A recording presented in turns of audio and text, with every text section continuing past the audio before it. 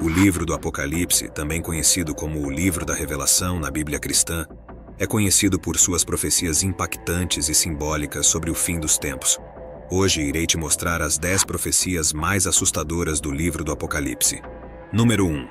Os 4 Cavaleiros do Apocalipse. Os 4 Cavaleiros do Apocalipse são uma das visões mais aterrorizantes do livro do Apocalipse, representando 4 cavaleiros montados em cavalos branco, vermelho, preto e amarelo, simbolizando conquista, guerra, fome e morte, respectivamente. Eles simbolizam os juízos divinos sobre a terra. Apocalipse 6, versos 2 a 8 nos diz: Vi então um cavalo branco, e o seu cavaleiro tinha um arco. Foi-lhe dada uma coroa, e ele saiu vencendo e para vencer. Quando o cordeiro abriu o segundo selo, ouvi o segundo ser vivente dizer: Vem. Saiu outro cavalo, um cavalo vermelho. Seu cavaleiro recebeu poder para tirar a paz da terra e fazer que os homens se matassem uns aos outros. Para isso lhe foi dada uma grande espada. Quando o cordeiro abriu o terceiro selo, ouvi o terceiro ser vivente dizer: Vem. Olhei, e diante de mim vi um cavalo preto. Seu cavaleiro tinha uma balança na mão. Ouvi então o que parecia uma voz no meio dos 4 seres viventes dizendo: 1 quilo de trigo por 1 denário e 3 quilos de cevada por 1 denário, mas não danifique o azeite e o vinho. Quando o cordeiro abriu o 4º selo, ouvi a voz do 4º ser vivente dizer: Vem. Olhei, e diante de mim vi um cavalo amarelo. Seu cavaleiro chamava-se Morte, e o Hades o seguia de perto. Foi-lhes dado poder sobre a 4ª parte da terra para matar pela espada, pela fome, pela peste e por meio dos animais selvagens da terra. Estes versículos retratam a visão dos cavaleiros e suas ações devastadoras, representando os horrores que seriam desencadeados sobre a terra. Recentemente, as crises globais têm refletido os temas dos cavaleiros do Apocalipse. Conflitos armados, como a guerra entre Israel e Hamas, e a tensão entre Rússia e Ucrânia, têm causado devastação e sofrimento para milhões de pessoas. Esses eventos lembram as imagens de guerra retratadas pelo Cavaleiro Vermelho do Apocalipse. Além disso, a pandemia de Covid-19 expôs a fragilidade das nossas estruturas sociais e econômicas, evocando o tema da peste e da doença, representadas pelo Cavaleiro Amarelo. Esses eventos globais ressaltam a relevância contínua dessas antigas metáforas bíblicas. Número 2. A Grande Tribulação. A Grande Tribulação é um dos conceitos mais temidos e discutidos do livro do Apocalipse, representando um período de aflição, sofrimento e provações intensas antes do fim dos tempos. Mateus 24, versos 21 a 22 nos diz: Pois então haverá grande tribulação, como nunca houve desde o princípio do mundo até agora, nem jamais haverá. Se aqueles dias não fossem abreviados, ninguém sobreviveria. Mas por causa dos eleitos, aqueles dias serão abreviados. Essa tribulação será tão intensa que nunca houve desde o princípio do mundo até agora, nem jamais haverá. Isso sugere uma escala de sofrimento e dificuldade sem precedentes. Em Apocalipse 7, verso 14, a Bíblia diz: Eu respondi: Senhor, tu o sabes. E ele disse: Estes são os que vieram da grande tribulação, e lavaram as suas vestes e as branquearam no sangue do Cordeiro. Este versículo é uma resposta a uma pergunta feita por um dos anciãos no céu sobre a identidade de uma grande multidão de pessoas vestidas de branco. Aqueles que lavaram as suas vestes e as branquearam no sangue do Cordeiro são aqueles que foram purificados e redimidos pelo sacrifício de Jesus Cristo, muitas vezes referido como o Cordeiro de Deus. A imagem de vestes brancas é um símbolo de pureza e retidão, e o ato de lavar essas vestes no sangue do Cordeiro simboliza a purificação dos pecados através do sacrifício de Jesus Cristo. Portanto, este versículo é uma mensagem de esperança e redenção para aqueles que permanecem fiéis durante tempos de provação e sofrimento. Um exemplo atual de tribulação são as igrejas perseguidas em diferentes países ao redor do mundo. Elas enfrentam condições que, de certa forma, refletem elementos da ideia de uma grande tribulação. Países como a Coreia do Norte, onde a prática de qualquer religião fora do culto ao líder supremo é estritamente proibida, são exemplos extremos desse tipo de perseguição. Essas comunidades de fé, apesar da perseguição e tribulação, muitas vezes demonstram uma resiliência notável, mantendo sua fé e buscando maneiras criativas de continuar suas práticas religiosas mesmo sob pressão. A perseguição enfrentada por essas igrejas nos dá uma ideia do que será a grande tribulação. Número 3. As 7 taças da ira de Deus. As 7 taças da ira de Deus são uma série de punições divinas, descritas no livro do Apocalipse, no Novo Testamento da Bíblia. Elas são derramadas por 7 anjos sobre a terra como parte dos eventos finais que antecedem o fim dos tempos e o julgamento final. Cada taça traz consigo uma praga ou um desastre específico que traz sofrimento e aflição à humanidade. Em Apocalipse 16, versos 1 a 2, nos é dito: Então ouvi uma forte voz que vinha do santuário e dizia aos 7 anjos: Vão e derramem sobre a terra as 7 taças da ira de Deus. O primeiro anjo foi e derramou a sua taça sobre a terra, e terríveis e malignas feridas afligiram os que tinham a marca da besta e adoravam a sua imagem. A primeira taça resulta em feridas ou úlceras dolorosas e malignas que afligem aqueles que possuem a marca da besta. Algumas interpretações sugerem que doenças pandêmicas ou problemas de saúde em escala global poderiam ser associados simbolicamente às úlceras malignas descritas na primeira taça. Já na segunda taça, os mares e rios se transformam em sangue, causando a morte de criaturas marinhas e poluindo a água. Na terceira taça continua a praga do sangue, agora atingindo especificamente as fontes e os rios, tornando sua água não potável. A quarta taça provoca uma intensa queimação e calor do sol, causando sofrimento aos seres humanos pela exposição ao calor extremo. Esse evento poderia estar relacionado a ondas de calor recordes que estamos vivendo, causando danos significativos à saúde e ao ambiente. A quinta taça mergulha o trono da besta em trevas, simbolizando a queda espiritual e moral do poder do mal. Ela é descrita no livro de Apocalipse, capítulo 16, versos 10 e 11. Segundo o texto, o quinto anjo derramou a sua taça sobre o trono da besta, cujo reino ficou em trevas. A agonia foi tão grande que os homens mordiam a própria língua e blasfemavam contra o Deus dos céus, por causa das suas dores e das suas feridas. Contudo, recusaram-se a arrepender-se das obras que haviam praticado. A quinta taça, em particular, trouxe trevas sobre a terra e é um reflexo da praga que trouxe escuridão ao Egito, conforme descrito no livro de Êxodo, capítulo 10, versículo 22. A sexta taça do Apocalipse é descrita no livro de Apocalipse, capítulo 16, versículos 12 a 16. Segundo o texto, o sexto anjo derramou a sua taça sobre o grande rio Eufrates, e a sua água secou-se, para que se preparasse o caminho dos reis do Oriente. Nesta taça, em particular, as águas do rio Eufrates secarão e surgirão 3 espíritos diabólicos com a semelhança de rãs, o que nos lembra a praga das rãs que cobriram a terra do Egito, conforme descrito no livro de Êxodo, capítulo 8, versículo 6. A sétima taça do Apocalipse é descrita no livro de Apocalipse, capítulo 16, versículos 16 a 21. Segundo o texto, o sétimo anjo derramou a sua taça no ar, e do santuário saiu uma forte voz que vinha do trono, dizendo: Está feito. Houve então relâmpagos, vozes, trovões e um forte terremoto. Nunca havia ocorrido um terremoto tão forte como esse desde que o homem existe sobre a terra. Essa taça também trouxe chuva de granizo à terra, algo semelhante à chuva de granizo que arrasou o Egito, conforme descrito no livro de Êxodo, capítulo 9, versículo 23 e 24. Essas 7 taças representam julgamentos divinos sobre a terra e aqueles que seguem o caminho do mal. Elas são uma parte fundamental das visões apocalípticas apresentadas no livro do Apocalipse, simbolizando o fim dos tempos e o julgamento final de Deus sobre a humanidade. Número 4. A marca da besta. Uma marca que será imposta às pessoas e que simboliza a lealdade ao anticristo, trazendo consigo a condenação eterna.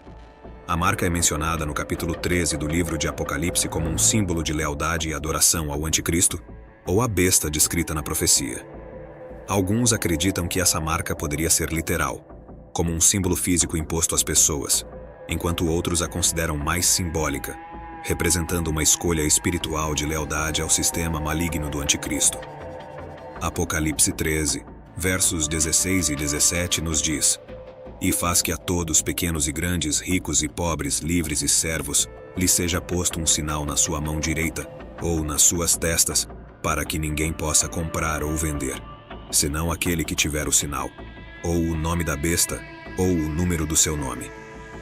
Este versículo é frequentemente citado em discussões sobre a marca da besta, destacando a imposição da marca como um requisito para transações comerciais e uma forma de controle.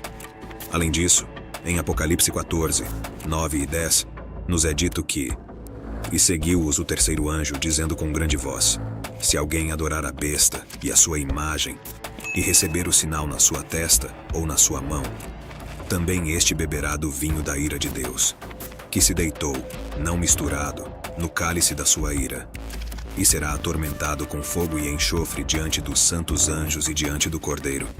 Este versículo destaca as consequências espirituais severas para aqueles que escolhem adorar a besta, receber sua marca e se desviar do caminho de Deus. Número 5. A besta e o falso profeta. No livro do Apocalipse, duas figuras proeminentes emergem como agentes do mal durante o juízo final. A besta, descrita como uma entidade poderosa e opressiva, busca subjugar a humanidade e é identificada pelo número 666, representando a corrupção e a oposição a Deus. Como mencionado em Apocalipse 13, verso 18, aqui a sabedoria, aquele que tem entendimento calcule o número da besta, pois é número de homem. Seu número é 666. A besta irá exercer autoridade e influência sobre muitos, levando à adoração de tudo que não seja divino. Por outro lado, o falso profeta, um líder religioso enganador, emerge para apoiar a besta, realizando milagres falsos e desviando as pessoas do caminho da verdade. Em Apocalipse 19, verso 20, é dito: "Mas a besta foi presa, e com ela o falso profeta que havia realizado os sinais milagrosos em nome dela, com os quais ele havia enganado os que receberam a marca da besta e adoraram a imagem dela. Os dois foram lançados vivos no lago de fogo que arde com enxofre." O falso profeta é uma figura manipuladora, buscando persuadir outros a seguirem um caminho falso e distorcido, afastando-os da verdadeira fé e devoção. Essas figuras representam forças malignas que, de acordo com as Escrituras, serão derrotadas no desfecho apocalíptico, levando à vitória final do bem sobre o mal. Número 6. A Batalha do Armagedon. Ela é descrita no livro do Apocalipse, capítulo 16 e no capítulo 19. Esta batalha é vista como um evento apocalíptico de grande significado simbólico e espiritual, onde forças do bem e do mal se confrontam. No capítulo 16, verso 16, é mencionado o nome Armagedon, que deriva da palavra hebraica Har Megido, que significa montanha de Megido. Este lugar foi historicamente associado a várias batalhas na antiguidade. O capítulo 19, versículos 11 a 21, descreve a visão de João sobre a Batalha do Armagedon, onde lemos: "Vi os céus abertos e diante de mim um cavalo branco cujo cavaleiro se chama Fiel e Verdadeiro. Ele julga e guerreia com justiça. Seus olhos são como chamas de fogo, e em sua cabeça há muitas coroas, e um nome que só ele conhece, e ninguém mais. Está vestido com um manto tingido de sangue, e o seu nome é Palavra de Deus. Os exércitos dos céus o seguiam, vestidos de linho fino, branco e puro, e montados em cavalos brancos. De sua boca sai uma espada afiada, com a qual ferirá as nações. Ele as governará com cetro de ferro. Ele pisa o lagar do vinho do furor da ira do Deus Todo-Poderoso. Em seu manto e em sua coxa está escrito este nome: Rei dos Reis e Senhor dos Senhores. Vi um anjo que estava em pé no sol e que clamava em alta voz a todas as aves que voavam pelo meio do céu: Venham, reúnam-se para o grande banquete de Deus para comerem carne de reis, generais e poderosos, carne de cavalos e seus cavaleiros, carne de todos, livres e escravos, pequenos e grandes.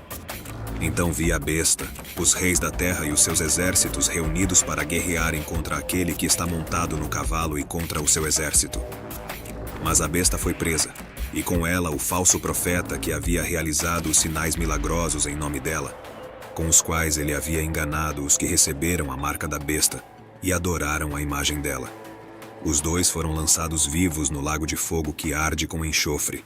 Os demais foram mortos com a espada que saía da boca daquele que está montado no cavalo. E todas as aves se fartaram com a carne deles.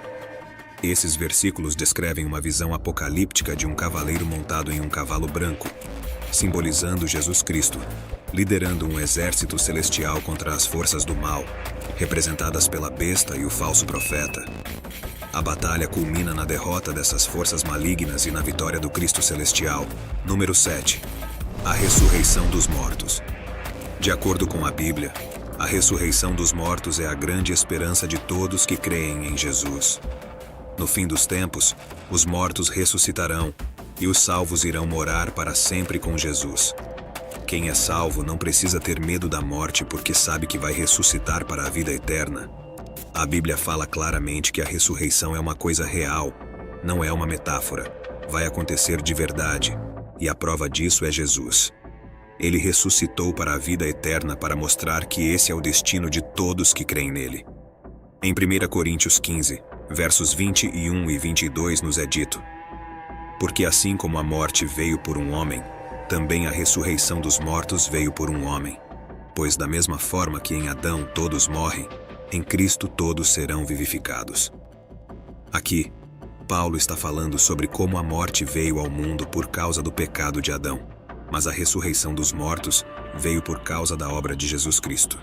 Em outras palavras, a morte é uma consequência do pecado, mas a vida eterna é um presente de Deus para aqueles que creem em Jesus. A ressurreição dos mortos vai acontecer no fim dos tempos, quando Jesus voltar. Todas as pessoas que já existiram ressuscitarão e serão julgadas por Deus. Alguns receberão castigo eterno, mas outros receberão a vida eterna. Deus irá julgar cada um de acordo com aquilo que fez durante sua vida. As pessoas que não tiverem seus nomes escritos no livro da vida serão lançados no lago de fogo, junto com o diabo, onde sofrerão condenação eterna. Essa é a segunda morte. Na ressurreição, os salvos vão morar para sempre junto de Deus. Não vai haver mais morte. Todos viverão para sempre, recebendo vida eterna diretamente de Deus. A alegria durará para sempre. Número 8. A Nova Jerusalém. A Nova Jerusalém é mencionada no livro do Apocalipse, escrito pelo apóstolo João. Ela é descrita em detalhes nos capítulos 21 e 22. A Nova Jerusalém é a cidade santa que desce do céu à terra. Ela é rica em simbolismo religioso e representa o cumprimento final do reino divino de Deus. A cidade é descrita como uma cidade edificada com muros grandes e altos, feitos de jaspe, e com 12 portas, cada uma feita de uma única pérola. A cidade tem uma grande praça central, com o rio da vida fluindo através dela, e a árvore da vida cresce em ambos os lados do rio. A cidade é iluminada pela glória de Deus, e não há necessidade de sol ou lua, pois a glória de Deus a ilumina, e o Cordeiro é a sua lâmpada. A cidade é habitada por aqueles que foram salvos, e eles servem a Deus dia e noite. Apocalipse 21, verso 2 nos diz: vi a cidade santa, a Nova Jerusalém, que descia do céu, da parte de Deus, preparada como uma noiva adornada para o seu marido. Este simbolismo é poderoso, representando a promessa de um novo começo, um renascimento ou um estado transformado para a humanidade e para o mundo como um todo. A imagem da Nova Jerusalém é frequentemente interpretada como a promessa de um lugar celestial ou uma realidade espiritual futura, onde aqueles que são fiéis e justos viverão em comunhão com Deus. Essa cidade é vista como um símbolo de perfeição, beleza e comunhão divina, onde não há mais sofrimento, dor ou pecado. Número 9. As duas testemunhas. As duas testemunhas do Apocalipse são mencionadas no capítulo 11 do livro do Apocalipse. Elas são descritas como profetas que recebem poder divino para profetizar por 1260 dias, vestidas de pano de saco. As duas testemunhas são identificadas com 2 oliveiras e 2 castiçais que estão diante do Deus da terra. Elas têm o poder de converter as águas em sangue, ferir a terra com pragas e fechar o céu, para que não chova nos dias da sua profecia. Se alguém fizer mal às 2 testemunhas, sairá fogo de sua boca. Esse fogo devorará os seus inimigos, pois quem fizer-lhes mal deverá ser morto.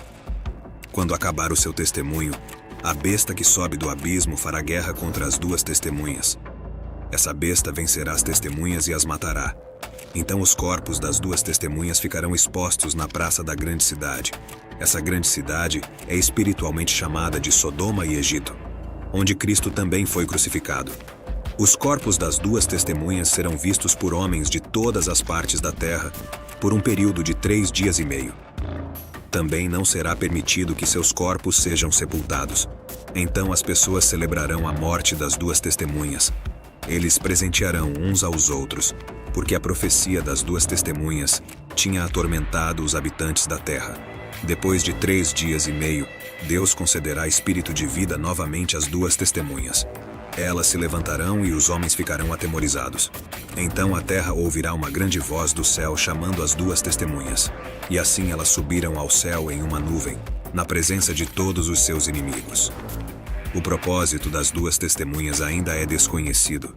No entanto, de acordo com a Bíblia, elas fornecerão um testemunho especial do juízo de Deus.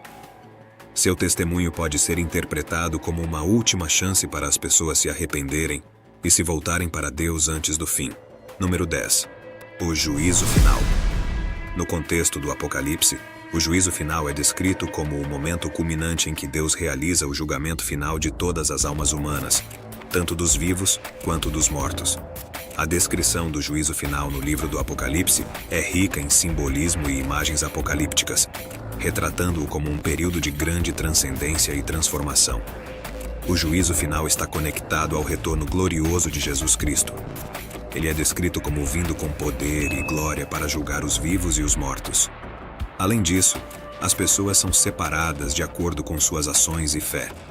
O julgamento é baseado em critérios morais e espirituais, onde os justos são recompensados com a vida eterna ao lado de Deus, enquanto os ímpios enfrentam a condenação. Também existe a crença na ressurreição dos mortos, onde aqueles que faleceram são trazidos de volta à vida para enfrentar o julgamento final. Após o juízo final, ocorrerá a renovação e a restauração do mundo. É um momento em que o céu e a terra são transformados, e Deus cria um novo céu e uma nova terra, livres do mal e da corrupção. Durante o juízo final, o mal é finalmente derrotado. Satanás e as forças malignas são julgados e condenados ao castigo eterno. O juízo final serve como um lembrete da importância da justiça, da fé e da responsabilidade moral na vida humana. Ele também oferece esperança para aqueles que buscam um sentido maior de redenção e recompensa espiritual após a vida terrena. Essas 10 profecias, embora assustadoras, também carregam uma mensagem de esperança e redenção para aqueles que permanecem fiéis à sua fé e aos ensinamentos divinos. A Bíblia nos ensina que não devemos ter medo, pois Deus está conosco em todos os momentos. Ele é nosso refúgio e fortaleza, um socorro bem presente nas tribulações. Confie em Deus e tenha fé em seu amor e misericórdia. Ele é fiel e cumprirá todas as suas promessas. Amém.